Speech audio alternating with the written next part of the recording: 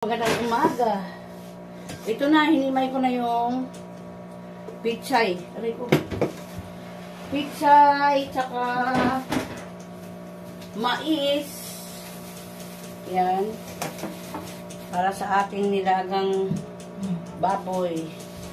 Kunin ko to guys yung yung buhok ng mais, ilalaga ko yan.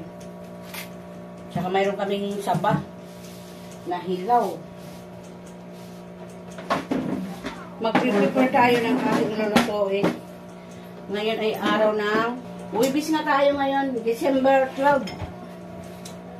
Ayan, tanggalin ko tong buhok ng mais, oh. Para sa lalaga natin. Ayan.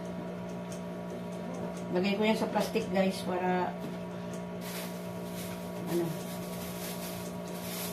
lalaga natin yan. Para sa UTI. Binabalot sa dahon saka kinakayod yung mais. Masarap din ito igulay, guys. Mais.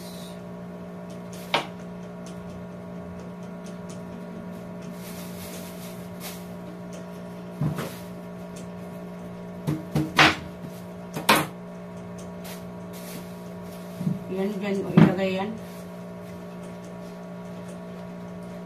Yan, balikan natin yan mamaya, guys. Pag nag-ano na tayo. Pag naglagay na tayo ng gulay. Ilagay na natin tong mais. Yan, mais, guys. Mais.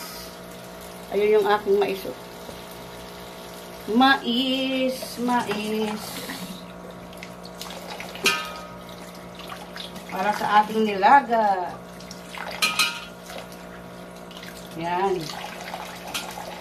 Ilagay na natin yung, guys, ano ba yung yan. Kunting magic lang, guys.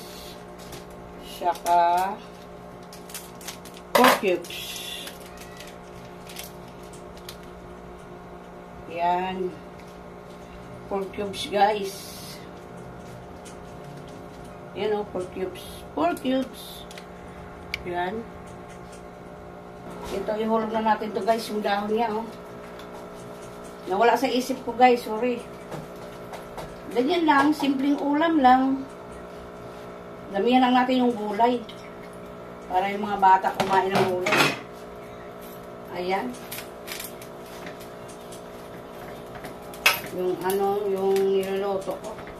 Magsasaing na lang ako. Maaga pa naman. Maaga kasi ako nagluluto, guys, pag mga nilaga.